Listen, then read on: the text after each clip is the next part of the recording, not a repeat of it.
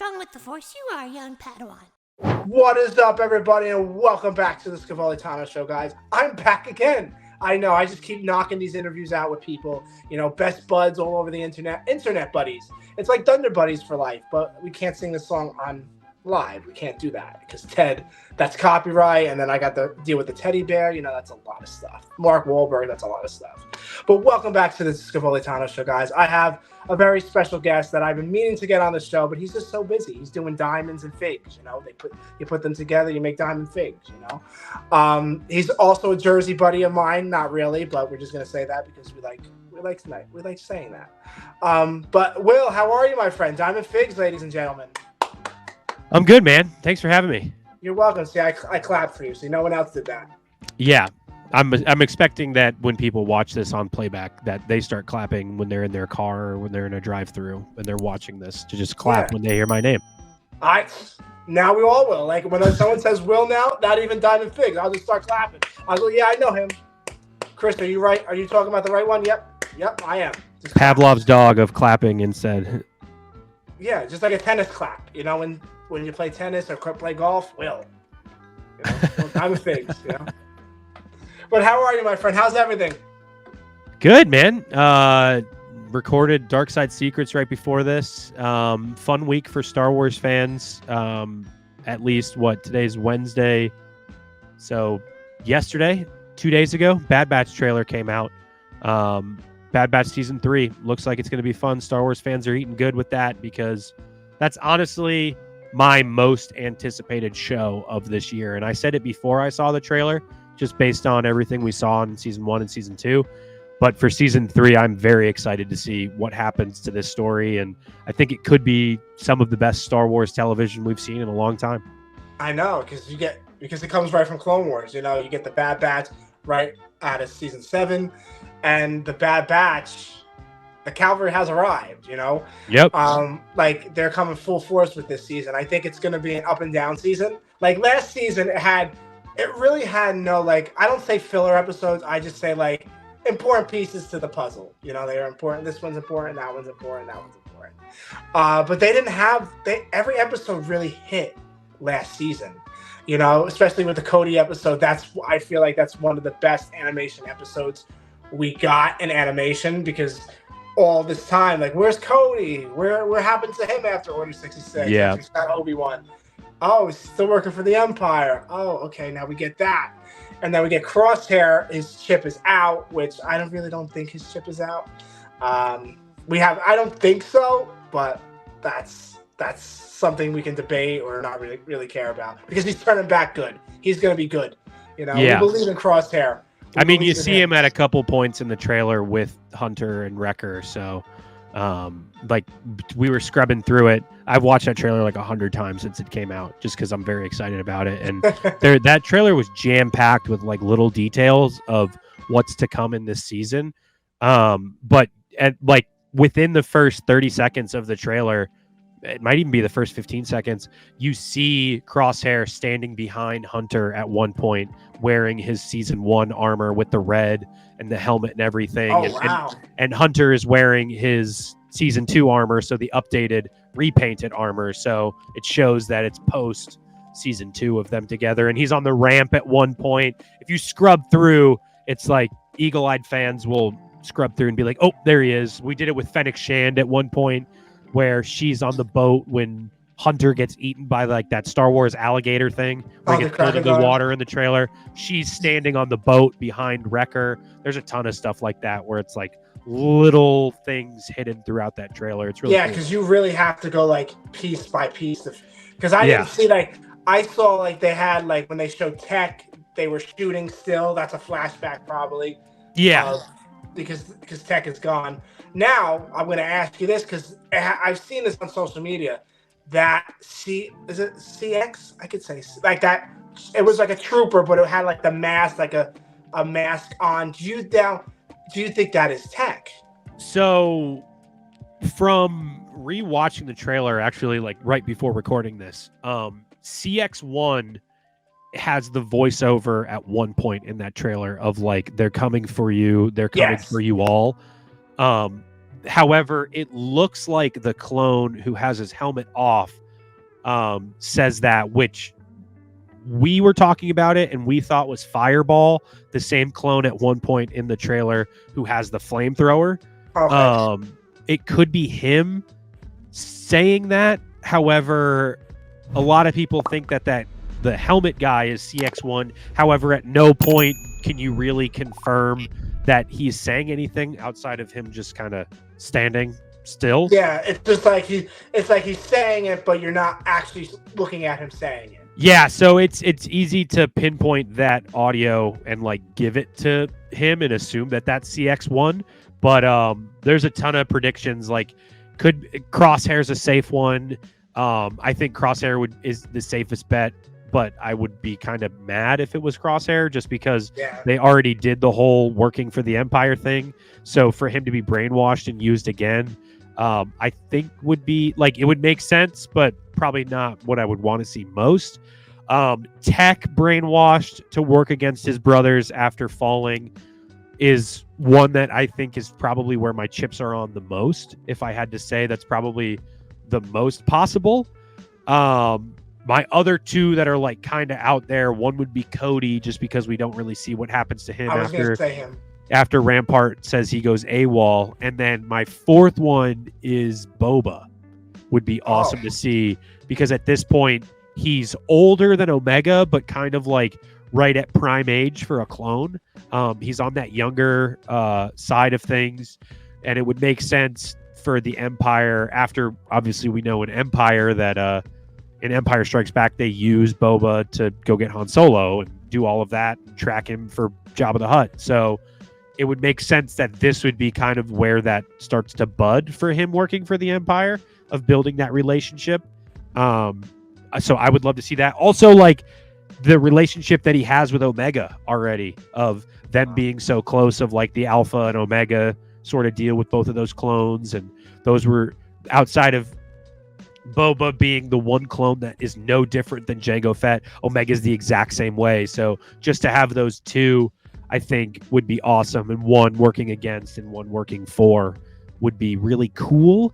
Also, we pointed it out too, I didn't remember, there's that Clone Wars arc of Ventress and Boba Fett working together at one point, and seeing them both back here in the Bad Batch season 3 capacity, that we all know that Ventress is now back after watching that trailer, which is really cool. That's kind of another piece of wood on that fire. So I would love to see those are my four, really. If I had to put, I would hate for it to be like a Marok situation or Merrick, or however you say his name, the guy from Ahsoka, where he's just Night Sister inflatable gas. I would hate that. Or if it was just like another clone from season 2, where it's just like a repurposed sniper, where it's just like when they take the cyanide pill, whatever. But yeah, those are my predictions for who is under that mask. But it could be anybody. I just hope it's a really good reveal. Yeah, even if it's the clone, like you said, like that happened last year, like last season, even if it's that, that's an okay reveal. But I'm on board with the Boba. That would be interesting with Boba. Yeah, I would love to see Boba. I thought Boba was actually, speaking of the sniper guy from last season, I thought that was going to be Boba originally. So for this I'm still sticking to it. When he finally took the helmet off, I was like, is it going to be Boba in there? Like, he's being repurposed by the Empire. He's working for them finally. Like, he'll take any job. It's badass Boba. But then when it was just that clone and he takes a cyanide pill, I was like, that kind of stinks. Just to be a no-name clone, you know what I mean? Like, I get it, cool, but I don't know. I would love to see somebody where like there's some weight to them working for the Empire in like a betrayal aspect. That would be interesting, because we want to see that. I want to see that interaction with Omega and Boba, because they're like brother and sister. They're both They both age as humans, like we do. Yeah. All the other clones age 2 times, 3 times, whatever you want to call it, faster than Omega and Boba or Jango.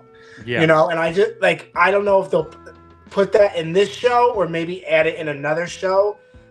Because we get 15 this season, right? 15 episodes. We usually get 16.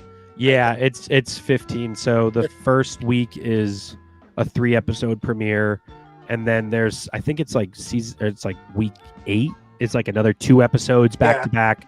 And then the rest are all just one, I believe. It's on StarWars.com. They released the full list with the titles of each episode too. Yeah, because they posted it too. I saw all of them. That's why I said the cavalry has arrived. Yeah, that's the last episode. Yep, which is going to be a tearjerker. I'm assuming is going to be it's going to be a sad one. And if anything happens to Wrecker, I will personally find Dave Filoni and give him a piece of my mind, because I don't want to see any of the rest of them can go. Tech was the one who I didn't want to die initially. Tech is my favorite out of the Bad Batch. Oh, okay.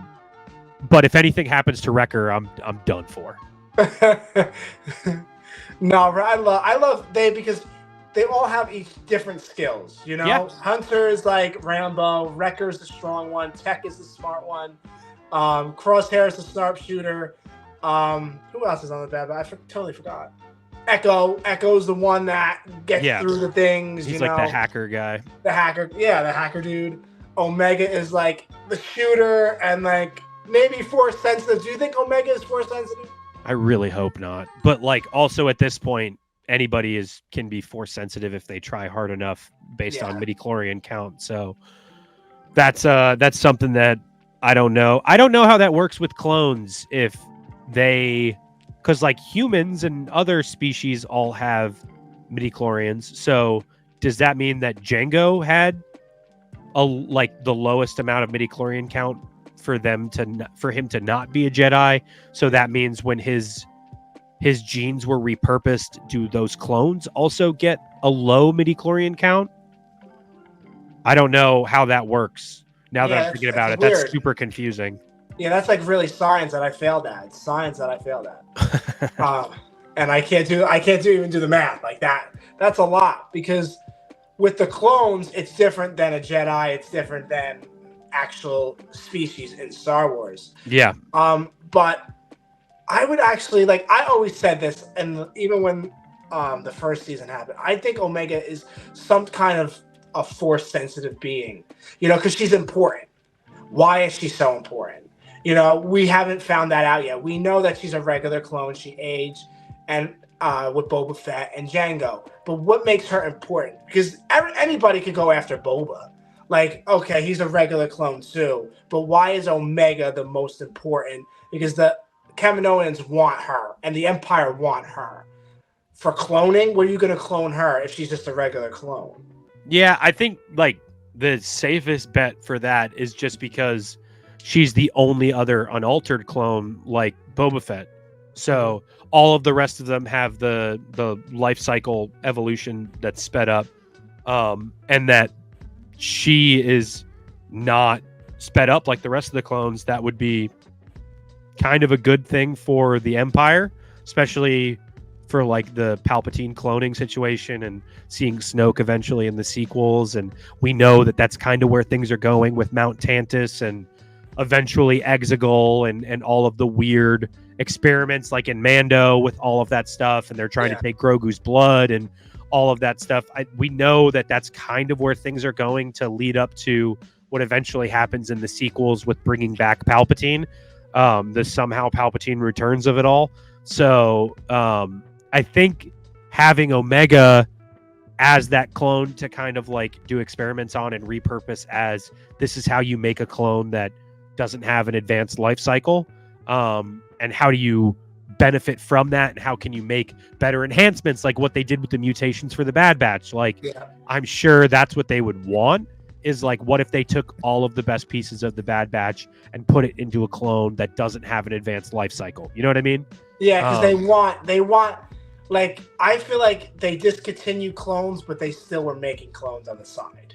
Oh yeah, definitely. Like you see all of the Snoke, or like you assume it's Snoke bodies in season 2 with all of those the weird deformed like alien birthing things that are in those tanks. And same thing like with the Gideon clones in Mando season 3. Yeah, those were weird. That was a bummer. was what that was for me. Is like you didn't see anything happen with them other than, oh, they're clones. Oh, they're all dead. So that's it. That's all we get out of that one. yeah. I would actually like to say one came out, one escaped and fought Mando or fought Grogu. You know? Yeah. That would have been cool. Cooler. I feel one theory that I would love to see is like I'm a really big Starkiller fan. So for Force Unleashed and all that stuff. So I would love, and I was saying this to Grayson and Tony, Grayson from Mortis FM, and Tony earlier on Dark Side Secrets when we were recording. I was like, I would love for Starkiller to be the connection between the clones and Snoke. Of the reason why Snoke looks the way that he does is somehow Starkiller is the one perfect clone, and he's there, and they finally get him Force sensitive and all of that stuff, and they perfect it, but they only do it that one time, and then he escapes. So because they can't replicate him, they all look the way that Snoke does now, and he's the reason why it was never like a fully functional clone, and they all kind of look kind of messed up like Snoke does. I would love for like the missing link to be Starkiller in some way. I think that would be really cool. Yeah, Sam Witwer did a great job with that game, with Maul, of course, and then Starkiller. He's great. I love Sam Witwer. Sam Witwer's on the top of my list. If there's that question of like, if you could eat dinner with anybody, who would you pick? And like, he's on my top 3 all the time. Of like, I would just love to meet him and say thank you for not only what he does but for his fandom and how much he like cares about Star Wars is so apparent. And he's like, for any fan, that's kind of like the pinnacle of not only like decision making, but just like how to go about fan discourse and how to thoroughly think of theories and theorize and predictions and how you think of the brand as a whole. I just think that he's like the Yoda of that when it comes to being a fan of Star Wars. Yeah, because I watched his interviews. He really knows it. His interviews and stuff. He really knows Star Wars. And he's done great work with Maul, with Palpatine. He voiced Palpatine sometimes. Yeah. And then Starkiller, of course. Least, like he was just a menace to society at that point. And him and David S. Collins, the guy who played Proxy in the Force Unleashed games, you know, his droid. Yeah. So David S. Collins, I don't know if he's lead, but he's one of the higher ups in the sound department at Lucasfilm now. Okay. So after Force Unleashed, he's actually the one who got Sam Witwer the job on Force Unleashed. He put his headshot through as like, hey, this guy looks like the guy you're looking for. So he worked on that with him, and they've done Sam Witwer is like a background voice actor on like every Star Wars project that's come out since Force Unleashed. So he's the best. I love Sam Witwer. I am such a fan of his work and just him as a person. Don't worry, I'll send him an email for you, Will. I got you. Yeah, please do. Got you. Get him to just acknowledge that I am a living person. I would die happy.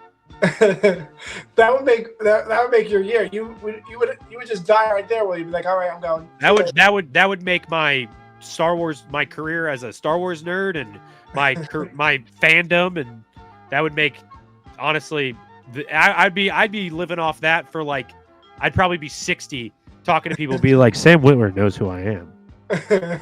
That's what I do, because Ashley, the voice of Ahsoka, knows who I am. So I go, yeah, I'm just like BFFs with Ashley, We go out for drinks, She's in Florida, I'm in Jersey, but who cares, we still do it, She's going to be at MegaCon, which should be cool. I know. I want to meet her again. I met her only once. I only met her one time, but she knew who I was. She was like, oh my. We had the same outfit on when I went to Rhode Island Comic Con. It was like the best. It was like a fangirl. I was fangirling. She's awesome. I'm a boy, but I was fangirling. Yeah. No, she's awesome. She really is. And Matt too. I met Matt. He was amazing. I love Matt Lantern. Yeah. I always pick animation over everything. So I'm not a big fan of the live action stuff. Like I'll watch it. I'm a good but I love animation. Wow, that's a hot take.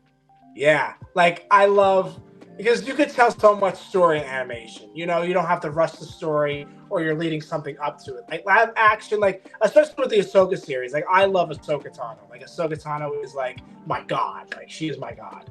But the series, I loved it. I liked the series. Don't get me wrong, but I felt like it was like misses and hits with the series, especially like with Thrawn. Like I wanted more from him. You know, I really wanted that. Get him, stab him in the heart. Like, but I was like, oh, all right. I guess I'll go. All right, I'll take that. Like, he wasn't like the Thrawn that we saw in Rebels. You know, it was so different. You know, and then Sabine being force sensitive. Like, I wasn't a big fan of that. I know in Rebels we were foretold of that, like what Keenan said to her. I understand it, but I didn't want her to be force sensitive because to me, it didn't make sense. It doesn't make sense with Sabine. Balin, like R.I.P. Ray Stevenson, you know, his story is cut short, you know, but who are you going to recast him? Or are you going to, like, what are you going to do with that? You know, that's a big part too, because we see at the end of Ahsoka, he's with the Mortis gods and the sister's head is missing. So that's a big piece right there. That's a big story that you threw at us. But now we weren't expecting his passing. But now what can we do now with that? You know, who do we make Baylor? You know, like he's an important character because now everybody's like, oh, we want his backstory now. Like, how did he survive Order 66? Who was his master? You know, like we want that. And now with Shen now out with Sabine and Ahsoka, you know, what is her story now? What is her title? You know, what happens to her? You know, now we have Ezra and Hera in our world, but in another world is Ahsoka, Sabine, like the important pieces. Now we have Thrawn and Dathomir. We have the witches back now. Now, do we throw in Luke? You know, who else can we throw in? Because we know we're setting up for the heir to the Empire. You know, we're setting up for that climactic stuff, which the Mandalorian will come together. I feel like in the movies it will start. You know, I thought it would start in season 4. Like you'll get something of like, oh, Thrawn. Like, who's Thrawn? You know, because Mando knows nothing about Thrawn. Bo-Katan doesn't really know about Thrawn really because she hasn't really mentioned it. I don't think she's ever known him or like heard of his name. Moff Gideon is the only one that mentioned Thrawn. Like everybody's waiting for Thrawn. You know, we're gonna have like a cult of Thrawns. You know, and the Night Troopers. So I wanted to see more. You know, I know there's only 8 episodes, but with the Ahsoka series, I love the animation. Ashley will always be my Ahsoka. You know, I will always say that. Matt, like, he will always be my Anakin. You know, he will always, because he brought Anakin to a different story than we saw in the movies and stuff like that. You know, but yeah, like animation is like my home. You know, like Tales of the Jedi, I love. Bad Batch, I love. Rebels, I loved. And some people hated Rebels because of the animation. You know, I love Rebels. I was like, everybody I let watch Rebels are like, oh, the animation. I was like, just wait, who cares? Like, just look at the story. Look at Ezra. Ezra's one of my favorite characters, true. It's Ahsoka, Anakin, and Ezra. Sabine is my favorite Mandalorian. Thrawn is like my dad when I want to listen to him because when he speaks, it's just like godly. It's like, wow. I'm listening to you, man. Like, I'm listening to you. And his connection with Anakin, too, you know, we see in the comics and his books, we see that connection. He knew of Darth Vader. He worked with Darth Vader, you know, the comics that are coming out. So I want to see more. I don't know if you can agree with me. But I wanted to see, like, yeah. Like, I already, like, admitted to Rosario being the live-action Ahsoka a long time ago. I already was like, okay, she's good. She fits the role. She did her homework. You know, I got to give it to Rosario. She did her homework. Hera, nah. It really wasn't a nah. It didn't hit me. Didn't hit. Ezra, of course, because that looks like Ezra. That does look like a live-action Ezra right there. I want to see, and we didn't get any Chopper deaths. Like, I wanted Chopper to, like, to start swinging on people.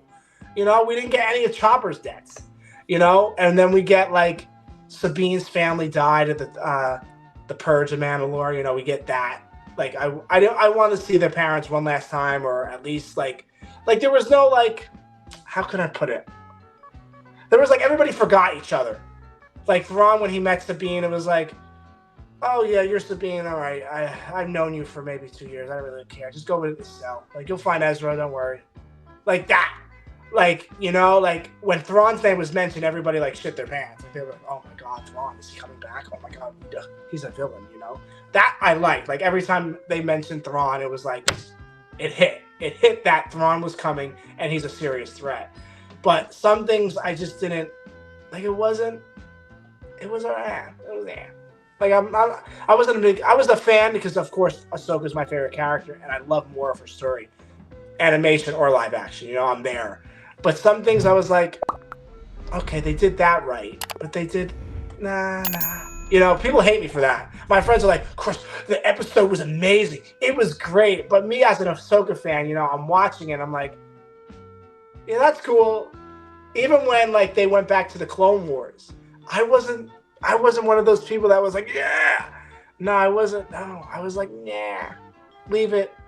Like, just leave it alone. You know, just like we had the Clone Wars. We don't want to. I personally don't want if they ever did a live action Clone Wars. I wouldn't want that. Personally, I wouldn't. You know, because I grew up with D voicing. Like D. Bradley Baker is a god. Like he voiced the clones as their own personalities. You know, Rex had his own personality. Cody had his own personality. Like they were all humans, different humans. You know, they weren't the same. Tamir Morrison doesn't bring that. I'm sorry, he doesn't bring that to me. He just sounds the same, and he just doesn't do anything to me. Ariana as young Ahsoka, she was adorable. I liked her doing it. I actually did. Hayden, I think he practiced from Matt and how he was louder and stuff. He was more, because we know Anakin. Anakin says like, well, like he says it slowly. This Anakin was more upbeat. He was more faster with his words. You know, he was more fast. In the movies, his wording was a little slower than usual. If you understand what I'm saying. Like you could see him speak, and it's like, a little slow there. But in Ahsoka, he was like, okay, Ahsoka, I'm going to teach you, like stuff like that. In the movies, we would get something different.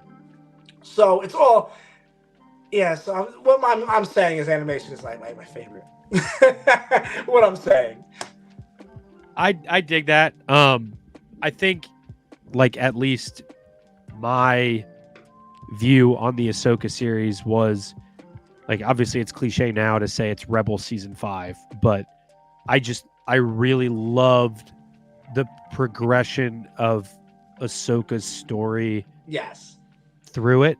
And I thought that writing was incredible. I thought the way that we were given that, being that it was different from how we've seen Ahsoka before, and then her coming back to like, oh, that's the Ahsoka we know, while also her going through that evolution of the change and Anakin's lesson and all of that. I loved seeing that. I really enjoyed like the story of Ahsoka getting over the follies of her past and the guilt that she feels for everything that happened in the Clone Wars. And the through line of Clone Wars season 7, when she's standing and looking at all the helmets, to the Ahsoka series, it's like you can draw that through line directly, and her coming to terms with like the fall of her master and learning that everything's not her fault, and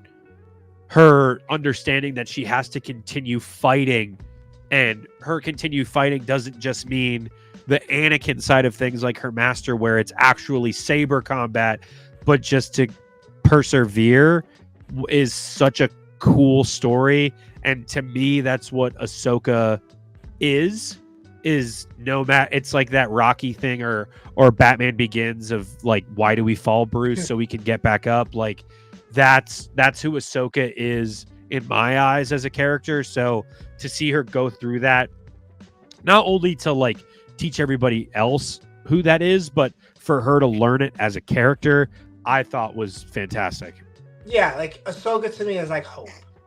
Like hope like that one day things will get better. That's what I always say. Like I use Ahsoka in my daily life. Like her quote, my favorite quote is like, in my life, when you find people that need your help, you help them no matter what. Like, and that is like my favorite Ahsoka quote. Like, it just means so much. Even like today is a new day, a new beginning. You know, I think I connect it more with the animation Ahsoka because of all that. Like of how it was delivered, how it was said. You know, you get the live action Ahsoka. Like even when she met with Anakin in the World Between Worlds, I didn't feel like I didn't feel it. You know, I didn't feel like a lot of people did. Like they were like, "Oh my god, I'm sobbing." Like I wasn't really like. I was like how she was like Anakin. Like she didn't sound like her. She was like, "Oh, Anakin's here." Okay, that's how she sounded to me. You know. It didn't hit. It didn't really hit. Like I love seeing that because everybody always wanted that. I wanted to see how would they reunite. Is it through a Force Ghost? Is it through what? And we got it. We got the Force Ghost at the end, of course. But it just didn't hit with me, that scene, and I really wanted to feel something. I really wanted to actually tear because I try not to cry during Star Wars because I sound like a baby. You know, I don't want to sound like a baby. But I didn't cry. I didn't feel it. Even I was watching it in theaters, like the episode when the Clone Wars came back in New York, because they had that thing, like just like they paid for everything and stuff like that. I was sitting there. People were like, "Rex!" I was like, "No, I just couldn't like, you know what I mean? Well, I just couldn't like get past like." Because you know what, like animation, you can feel it. You can do a lot more with it, and I understand you have to do live action sometimes. I get it, but I just didn't want to. I just didn't want it. I get it. But her story was great. Like then she becomes Ahsoka the White. You know, and that hot toy, I know you've seen the hot toy probably, is like beautiful. Like I would get that hot toy because it looks just beautiful. It's Rosario is not my Ahsoka, but I would get it because it's like, that's so beautiful. Like it just like, look what she's become, you know? Look what she overcame. Like she was holding all that like pain through all those for like over 20 years. Because remember, the Clone Wars was like 20 years ago or 20 something years ago before the Ahsoka series. So it's like she held that in for so long, and then her story just kept getting better, and it keeps getting better. You know, we know she has a new move. She can feel now when like a crime scene has happened. Like, oh, someone fought here. Like she feels the lightsabers. She feels like shots. She feels that everything from the ground. You know, we never knew she knew that. You know, I wish we had Force Heal in like Rebels, Clone Wars, the first couple movies. Now we get Force Heal now with the Mandalorian and Rey. Why would you do that? Like, come on, people. We wanted Force Heal back then, not now. Will knows what I'm talking about. That's why Will's laughing. Yeah, I mean, I just think that they both complement each other so well that honestly, I think the animation story of Ahsoka is better because of the Ahsoka series and vice versa. I just think that they help each other out so much that it's truly, and look, Dave has always wanted to tell this story with Ahsoka, and that's like to see it brought to life in that way. It was there was times where I was like, this might not be exactly what I want, but overall I thought the show was phenomenal. The aesthetics of it being more fantasy, Lord of the Rings-esque type stuff. Yeah, I really loved that. Yeah, some things, like I said, they were. I want to see like a Loth Wolf. I want to see those. I haven't seen a Loth Wolf. I want to see the Loth Wolf. I love those little things. Yeah, we got. I knew we were gonna get Ahsoka on the at some sort of wolf, being that it's the Howler, based on the original ending to Clone Wars that was canceled, of Ahsoka getting through Order 66, of her riding the like her sitting on that stone and like meditating, and all the clones come up behind her. and Ahsoka saying something along the lines of like the Qui-Gon, you need to know your surroundings, and then all of those trees actually being the legs of giant wolves, and then she rides one off, and that's how she escapes Order 66 the original way. Like I love the through line of that, and then you see her in that merchandise that they sell on Ashley's website of like the gray hoodie with like the concept art. I knew she was going to ride some sort of like wolf dog like thing. Yeah. So I thought that was cool. And I really enjoy the lightsaber fighting, of Ahsoka throughout that. I just, there was a lot I really loved out of Ahsoka, more than I've enjoyed a lot of other Star Wars media since. Yeah, like I can say the same. Like the Ahsoka series was like the hit. You know, it was the biggest, because we thought Obi-Wan was going to be a hit. You know, that series was a little disappointing. You know, Book of Boba, we thought we got that vicious Boba Fett, and we got old man Fett. We just sat down. Fennec, just go out there and shoot him. All right, go out there. I'll stay here. You know, we got that. Endor was like, I liked Endor. Endor gave me like, I never watched James Bond, but I played the games. Like a James Bond type feel, like a sci-fi, like dun dun dun dun, like, you know, he's going through the wall, you know, the walls and stuff. And then we get Ahsoka, and Ahsoka was just like, I felt like it was bigger than Mando season 3, and Mando season 3, to my opinion, wasn't really that good. You know, it was a good story, but it wasn't. Some episodes you just didn't have to throw in there, you know, like with the Majesty and the Duchess, Lizzo and Jack Black, you know, what was that for? You know, couldn't we just like skip past it and go to like the fighting scene with Ack Wolf and everybody? But yeah, and then we have like the Acolyte coming out, which I'm excited to see that. You know, I'm excited for that. The Skeleton Crew, I don't know much about the Skeleton Crew. I don't know if they're all skeletons in the crew. You know, I don't know about the Jedis. You know, like I don't know. Yeah, I'm interested to see. I think Acolyte is going to be what's next after the Bad Batch ends. I would assume that maybe we get like a trailer come May 4th or something like that. I think they're really going to try and stretch out what they've got in the Star Wars department, especially after the strikes, because they've got so much that they've been working on. Like, what was it, 2 weeks ago now? Diego Luna said that he only had a week left of filming for Andor at, what was it, the Oscars or the Emmys or something? Yeah, I think it was the Emmys. So I'm excited to see where that goes. I'm excited for Acolyte. I think Acolyte's going to be great. Skeleton Crew, like you said, it's not high there up on my list. However, look, as a Star Wars fan, I'm never going to say that I'm not excited for a Star Wars project. You know what I mean? Yeah.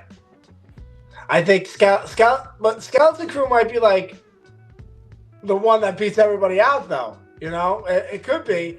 I'm not too sure because we know nothing really about it. We know there's a kids and a Jedi. You know? Yeah. And that's pretty much it. That's all we know. And the Acolyte, we know it's a Sith 100 years before the Phantom Menace. We know it's that. I know some people, I know Tony saw the trailer, you know, at Celebration. He said it was great. You know, he said that's going to be a good show, good series. What other series do you hope that will come out? Like I hope for after Bad Batch is another clone show. You know, Rex commanding it. I always said that. I always said it with Ashton last week when I talked to him. That I want a clone show. Like after, because what happens after Rex? You know, what happens? His story ends in Rebels, of course, but there's more to that. You know, what is from Bad Batch leading to Rebels? You know, what is that story? You know, you can even get an Ahsoka story, a little short story of her time before she joins the Rebels and before she fights Vader. You know, because there's so much story in between that. You know, where was she all these years? We know we saw her in the Tales of the Jedi. You know, we see her go off with Bail Organa. We see her hiding. Now we get Azad's Ventress. You know, they're bringing some people back that now I'm like, why couldn't all these mother effers, you know, join forces and fight the Empire? You know, like come on, people! Like you had so amazing, like you have Asajj Ventress out there, you have Quinlan Voss out there. I hope we see Quinlan Voss in Bad Batch season 3 with Asajj. I really hope that comes true. I hope that's my biggest thing that I want to see is Quinlan Voss in the series. You have Gunji out there. You have everybody out there. Ahsoka, Caleb, Ezra's he's still a baby. Luke is still a baby at this point still. Like you have so many other Jedis that survived Order 66. You know, who are those other Jedis? And I feel like they're just throwing them in there. Like, okay, we're gonna name you Jimmy. We're gonna name you John. You know, this one is a great lightsaber duelist. You know, Balin is out there.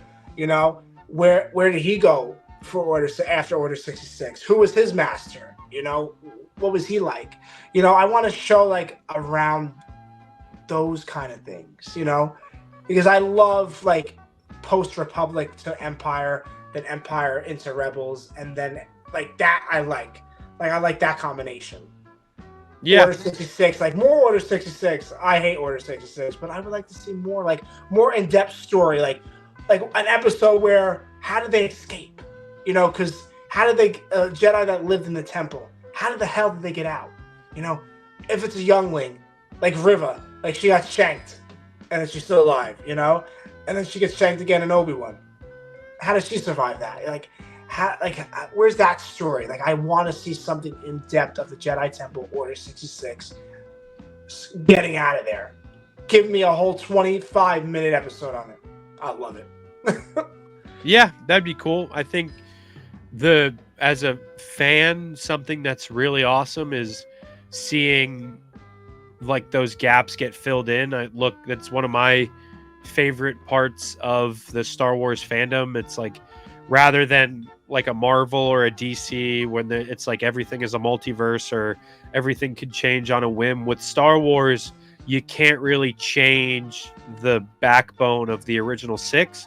So everything has to kind of fall in that line, which I think is cool to figure out, like through lines. And obviously Ahsoka being a big example of that, of after Clone Wars season 6, like where's Ahsoka? And then seeing her pop up in Rebels, and then you get Clone Wars season 7, and now you get the Ahsoka show. Like she's a perfect example of those gaps getting filled in a great way.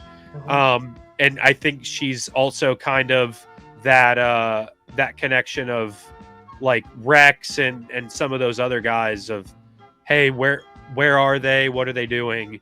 So to just see those gaps filled in, like you hit the nail on the head with all that. Yeah, because I would love to see Rex. I love Rex. Rex is my favorite clone. I think it's everybody's favorite clone.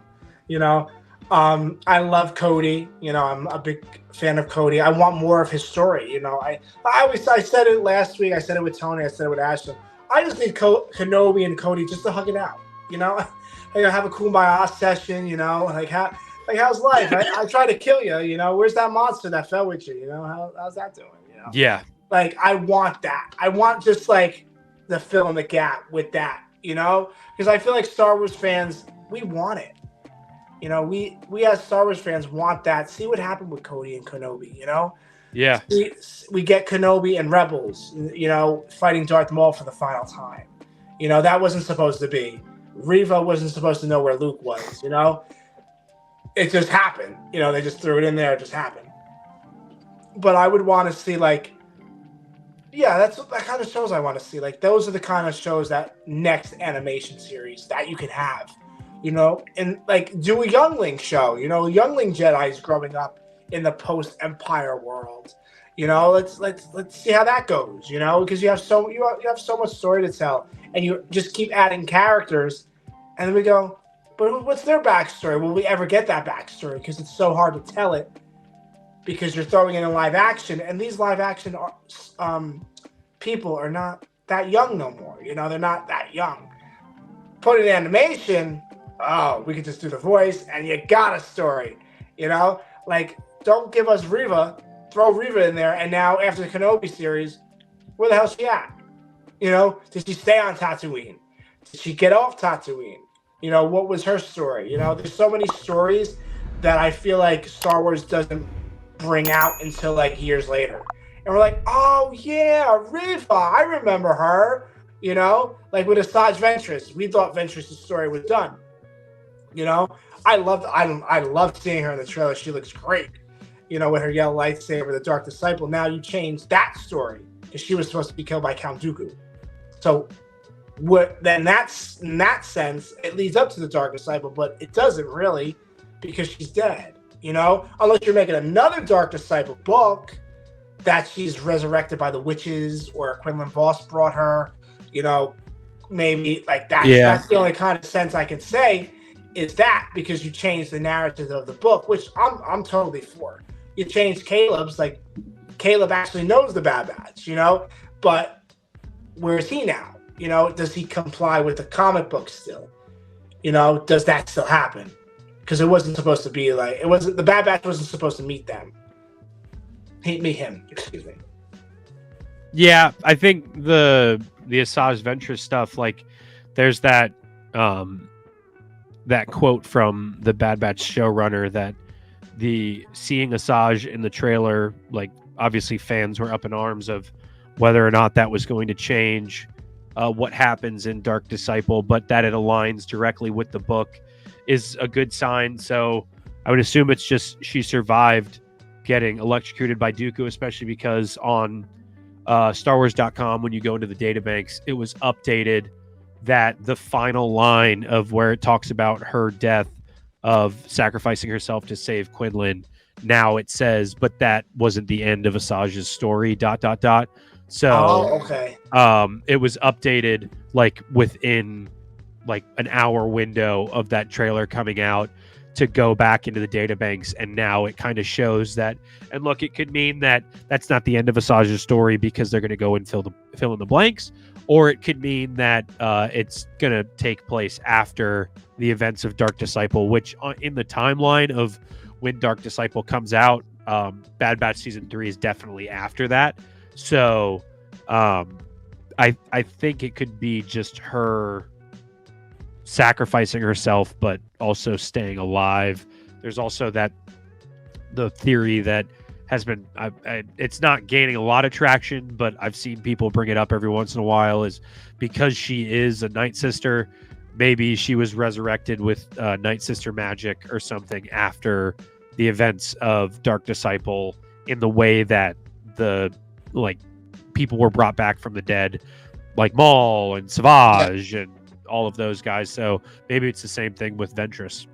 Well, I'm glad she's back. I'm a fan of Ventress. I always was. She was a mysterious character that we're like, she's bold, but we like her.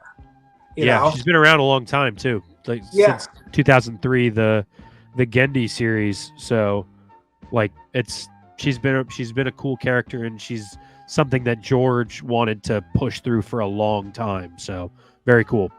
Yeah, but to get Asajj Ventress back, and then do we get Quinlan? Do you think we'll see Quinlan?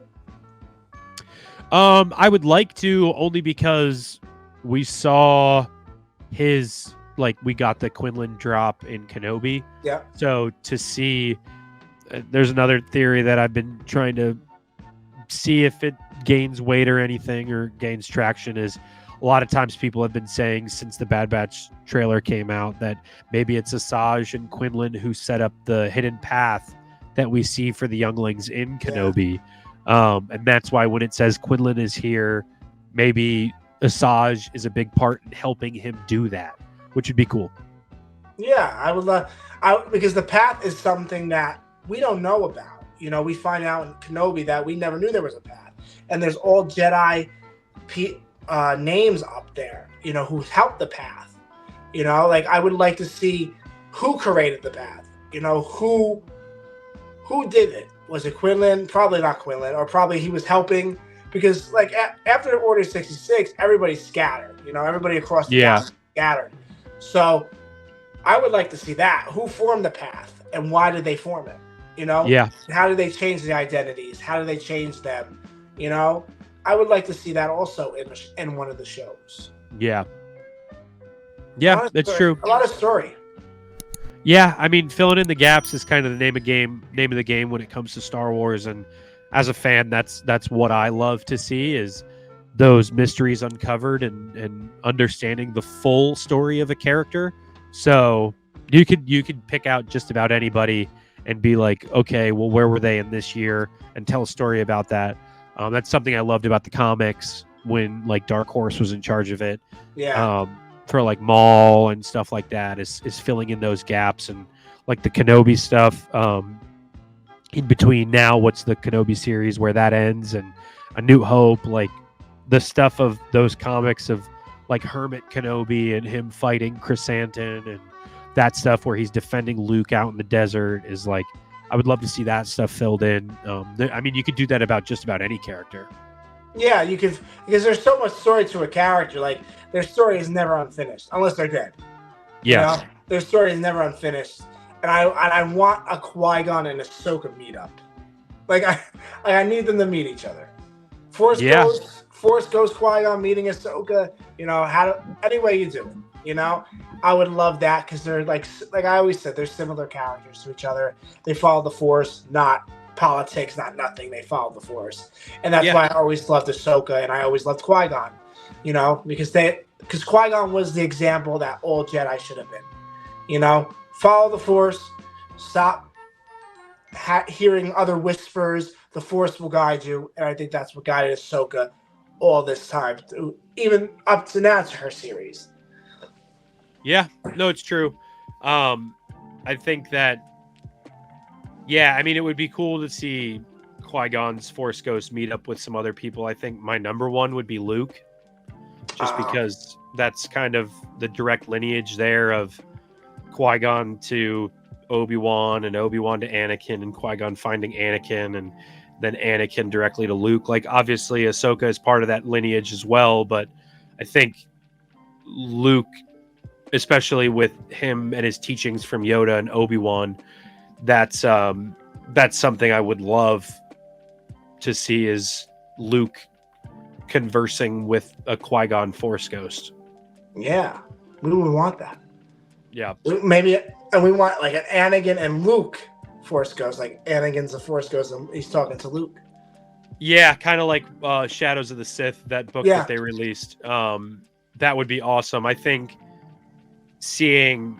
Luke's my favorite, so to see more of Luke's story filled in between Return of the Jedi and where we see him in the sequels is outside of like the Battlefront campaign and the comics we get of him closer towards the end of his life with Kylo Ren and all of that stuff. I just want to see Luke going on those missions, kind of like in Battlefront 2, where he's collecting Jedi artifacts and learning more about the Jedi and what the Force is and understanding kind of his place in it all is what I would love to see out of Luke.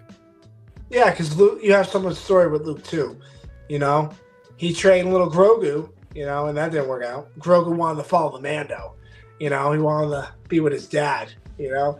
And then Grogu will be the first Mandalorian Jedi. I know, thank you. Outside of Sabine. Yeah. Do you like that? Do you like that she's Force sensitive? Yeah, I don't mind. Only because that's kind of the whole point of the midichlorians when George set that up. Of there's that comic panel of the Luke teaching a bunch of younglings at his Jedi temple, and it's him explaining what the Force is, of like being a Jedi or being able to use the Force is like a door being opened. Is some people's door is just a little bit more open than others, so it's just as much training as you do to open that. Like there's that interview with George where he says something along the lines of like it's something of like, I forget what metaphor he uses, of like you wouldn't just pick something up, you have to train at it, and so some things just come more naturally to others, and that's who the Jedi was looking for, just because those who the Force came more naturally to based on their midichlorian counts. So Sabine learning the Force and being able to overcome that and become a Jedi is kind of like the whole point of Star Wars in my eyes. Of as long as you work hard at something and you have passion for it and you don't give up and you have that hope, anybody can kind of be that. I know people were kind of mad at the whole Sabine thing, but she's been set, like, that's obviously been set up since Rebels. So Yeah. and also too, if anybody's going to teach her how to do that, Ahsoka being her master, being the lineage that she's been through of Yoda, Dooku, Qui-Gon, Obi-Wan, Anakin, Ahsoka, and now her. She's part of the Chosen One's lineage. So in terms of master and apprentice, so if it's going to be anybody, I think she's a great one to have. I think it's really cool. Yeah. I wasn't a big fan of it, but I'll get there, eventually. Probably not. Yeah, as long as we see more, it'll be great. Yeah, as long as we get more in depth of the story, we see more. Maybe we'll get in Tales of the Jedi, Ahsoka training Sabine, to be a Jedi and see what happens there, because they had a falling out, Yeah. Because we see in the Ahsoka series, that's how it starts. Yeah. Anything else would you like to talk about, Will, before we head out? That's kind of all my top of mind Star Wars rambling that I've been thinking about for the last couple of days. So unless you've got any questions, that's kind of I can't think of anything else unless you got some more questions. I have one more. 3 things you would like to see in Bad Batch Season 3. 3 things? 3 things. It could be just people. It could be what you want to see. It could be anything. A good reveal for whoever that trooper is. Yeah. That would be good. I would love to see a happy ending, but I don't feel like that's going to happen. And then a good pop-in cameo from, like Grayson from Mortis FM was saying it earlier, like obviously Thrawn's around at this time, maybe a Thrawn, maybe a Vader would be awesome. Palpatine says that securing this mission is of the utmost importance to the Empire, so it would make sense that he would send his right hand, the chosen one who he built the Empire off of, to go take care of business. And then maybe a Boba reveal. I would love to see Boba. I'm excited to see Cad Bane. And then a lot more Rex would be awesome. Oh yeah, we love Rex. We support him over here. Yeah. And then get more story of Cad Bane and Fennec Shan's story too. Yeah. Bad Batch, which I like how they're bringing them back in it. I like that. Yeah. I want to see. Do you think we'll get Ahsoka at the end? I would say it would not surprise me.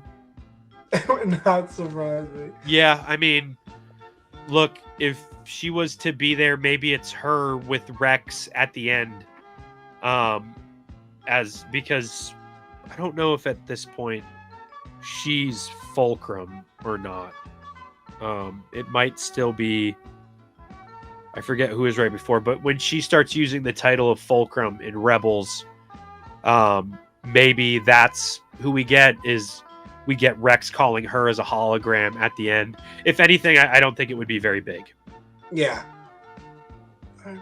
So, Will, before we go, thank you for joining me on the Scevoli Thomas Show. I really appreciate your time, because I know you're a busy guy doing big things, in the world of Star Wars. I know. I watch everything. Don't worry. I see it. But before we go, where can everybody find you on the social medias? It's Diamond Figs on everything. At Diamond Figs. At Diamond Figs. He likes diamonds and he likes figs. That's how he did it. I got you. That's it. I got you, Will. I got you.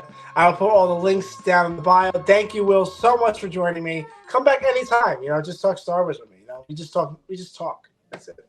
Yeah, man. Love it. We sit back with our waters and next we'll get desserts. I'm a big fan of desserts. Chocolate cake is the big one. There you go. But thank you for joining us on the Scevoli Show, guys. Be sure to I can't speak English. Subscribe down below to the YouTube channel, the Scevoli Show. Be kind to one another, and may the fools be with you, my friends. always. Bye! In my life, when you find people who need your help, you help them, no matter what.